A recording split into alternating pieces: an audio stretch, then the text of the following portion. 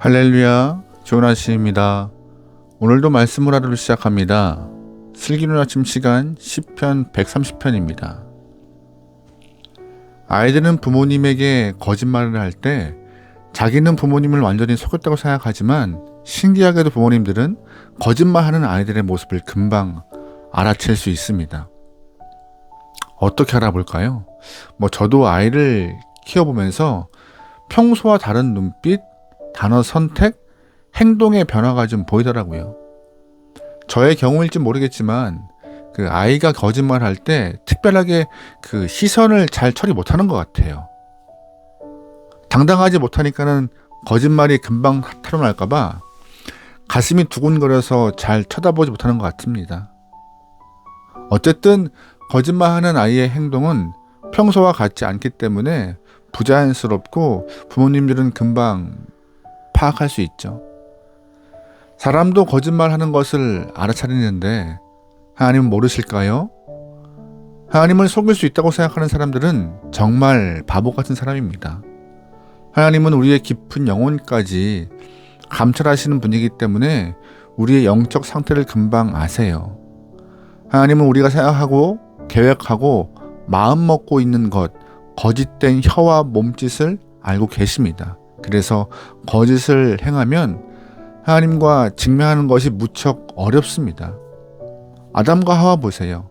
에덴에서 선악과를 먹은 이후 하나님께서 그들을 찾아오십니다. 하나님은 숨어있는 아담에게 지금 어디 있냐라고 물으셨고 아담은 벌거벗은 상태이기 때문에 부끄러워서 숨어있다라고 답을 하죠. 평소에는 하나님과 산책했던 아담과 하와이지만 죄를 짓고 난 이후 누가 그들을 고발하지 않아도 스스로 하나님의 낯을 피하여 숨고 있습니다. 아담과 하와만 이럽니까? 아닙니다. 그 이후 가인도 마찬가지였어요. 동생 아벨을 죽인 이후 하나님께서 가인에게 동생 아벨 어디 있느냐라고 물으시니까는요. 가인은 엉뚱하게도 내가 동생을 지키는 사람입니까? 라고 답을 하면서 자신을 찾아오신 하나님의 부르심을 애써 외면하고 회피했습니다. 하나님 앞에 당당하지 못하고 숨고 회피하는 행동의 모습을 보이는 것이 죄 지은 사람들의 모습이죠.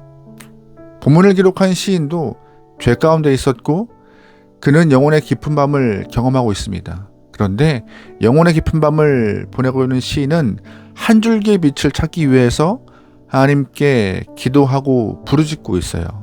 1절 말씀이에요. 여호와여, 내가 깊은 곳에서 주께 부르짖었나이다. 아멘.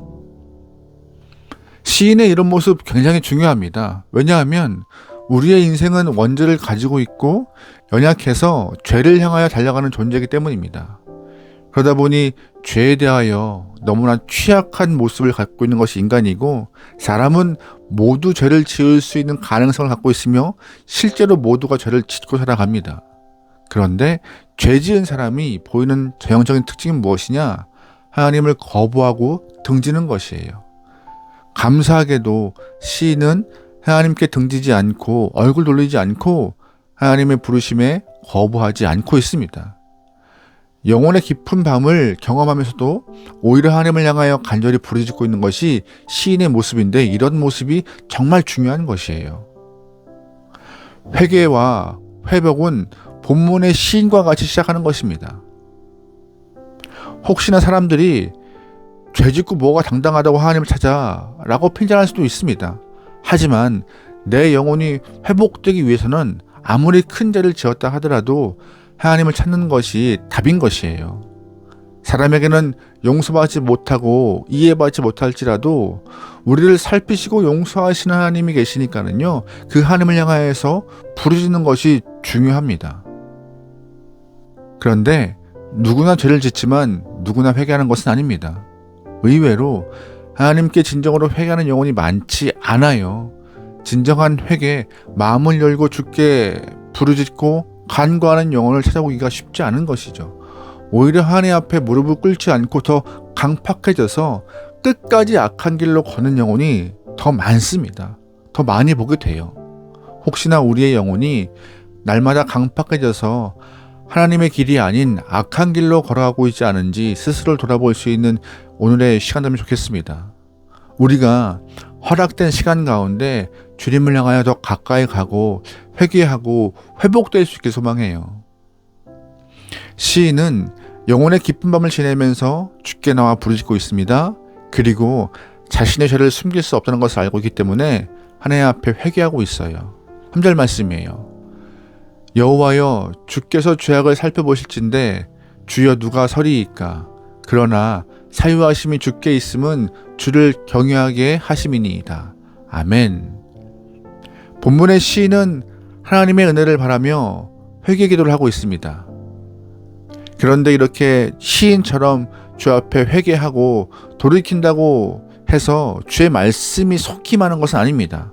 하나님은 침묵하시는 경우가 참 많아요. 하나님께서 우리를 징계하시는 방법 중 가장 견디기 힘든 것이 바로 침묵입니다. 우리가 하나님께 간구하고 회개하고 애통해 하는데 하나님께서는 묵묵부답일 경우가 참 많으신 것이죠. 본문의 시인도 하나님께 부르짖고 은혜를 간구하며 용서를 바라고 있지만 하나님께서는 자신에게 말씀하고 있지 않음에 대해서 답답해하고 있는 것이 시인의 현 상태입니다. 5절 말씀이에요. 나 곧 내 영혼은 여호와를 기다리며 나는 주의 말씀을 바라는도다. 파수꾼이 아침을 기다림보다 내 영혼이 주를 더 기다리나니 참으로 파수꾼이 아침을 기다림보다 더하도다. 아멘. 파수꾼은 뜬 눈으로 밤을 지새웠기 때문에 해가 뜨고 나면 몸이 천근만근일 것입니다. 그 천근만근이 몸을 이끌고 퇴근해요. 여러분, 파수꾼의 그 고요한 밤이 어땠을까요? 무척 지루했을 것이고 길었을 것이고 기다림이 힘들었을 것입니다. 그래서 시인은 파수꾼을 빗대어서 자신의 기다림을 말하고 있는 것이에요. 나의 기다림도 파수꾼이 아침을 기다리는 것과 같더라고요.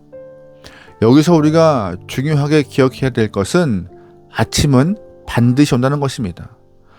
밤이 아무리 어둡고 길어도 반드시 아침이 오는 것처럼 하나님의 빛을 바라며 기도하는 영혼들에게는 하나님은 반드시 광명한 새날을 허락하시고 영혼의 새 아침을 허락해 주실 것입니다. 그래서 감사하게도 하나님께서 간절하게 회복을 기다리는 시인에게 광명의 빛을 허락해 주세요. 말씀을 기다리는 그에게 말씀을 주시고 용서의 은혜 허락하시고 온전한 회복을 약속해 주셨습니다.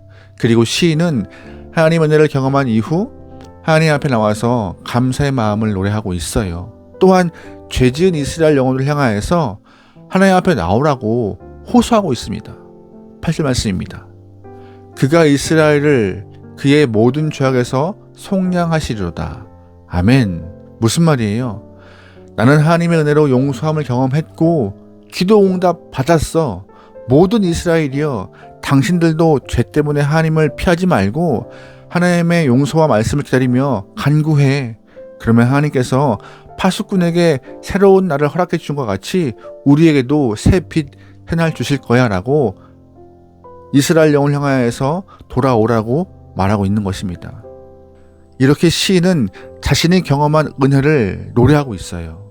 오늘 우리도 매일같이 하나님이 원하지 않는 길을 걸어갈 수 있어요.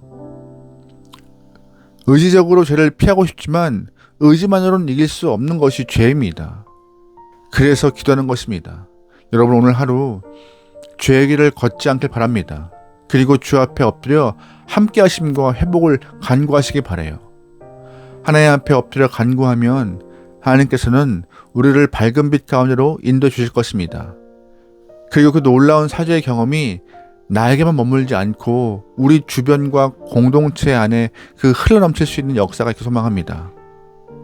여러분의 오늘 하루가 용서를 경험하는 하루, 기도의 응답이 있는 하루, 하나님과 함께하고 회복에 있는 하루가 되기를 주의 이름으로 축원합니다. 아멘. 기도하시겠습니다. 사랑의 하나님, 언제나 우리를 기다리시고 사랑으로 품으신 주님의 은혜를 우리는 믿습니다.